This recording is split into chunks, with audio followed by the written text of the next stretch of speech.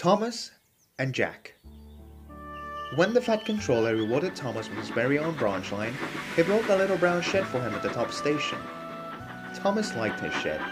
It was a cozy little place he could call home. Beside the shed was a siding, where Annie and Clarabelle stayed. Over time, the goods traffic on the branch line increased. More and more trucks had to be sorted and delivered, and there was no place to keep them while Thomas performed other duties.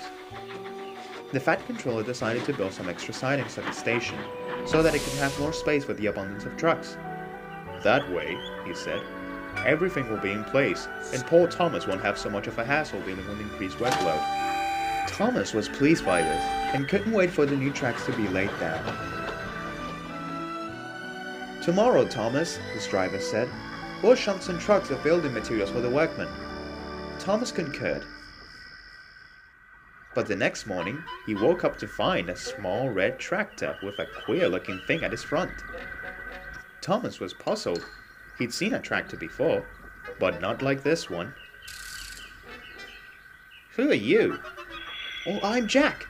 I'm a front loader," said the tractor. "What's that on your front?" "Oh, that? That's my bucket. I can load and unload and carry lots of things." Thomas huffed. "Well, I can haul and shunt." "I can haul too," said Jack. "Shunt, maybe, and I could probably lift you if you came off the track," he laughed. "Lift me? You're much too small to lift me. That dinky shovel of yours would break apart if you tried it."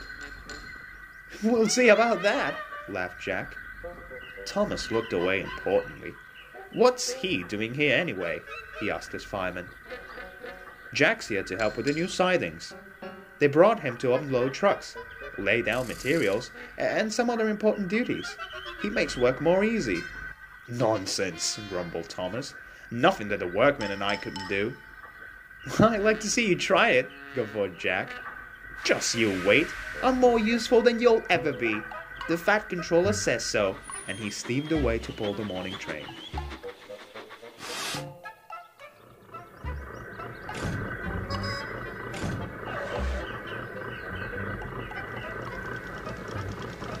"Stupid tractor.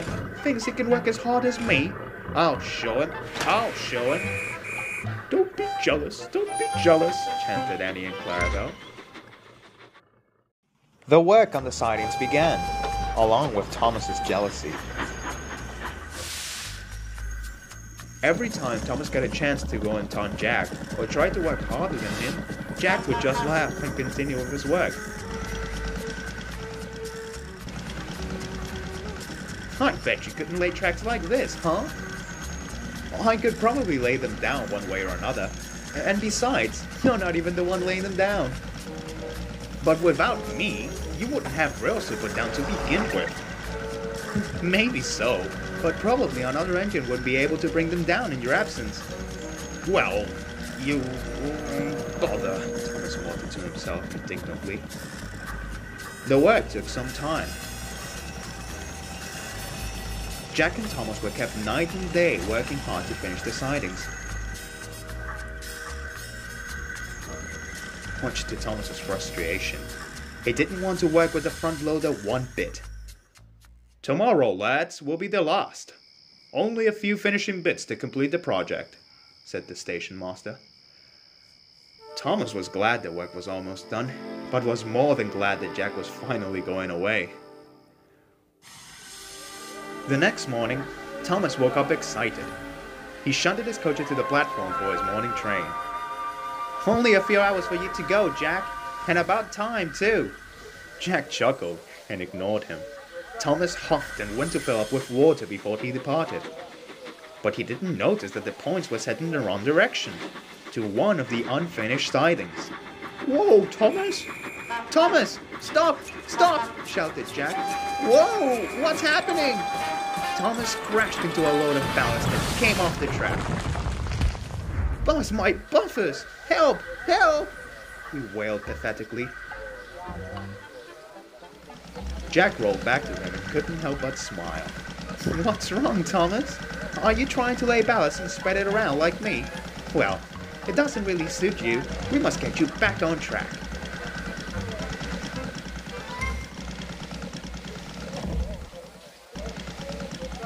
Soon enough, the workmen dug out some of the ballast from Thomas's wheels, and then they attached some chains to Jack so they could bring Thomas back onto the rails.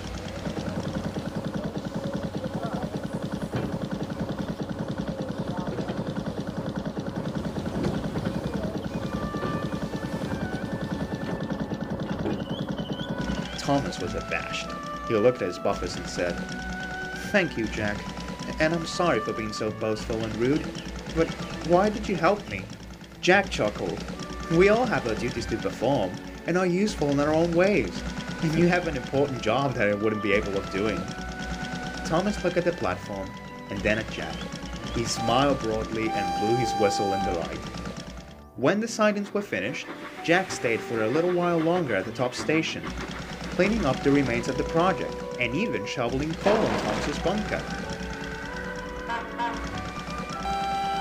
Thomas and Jack are now friends, and Thomas was happy to gain a new, really useful friend.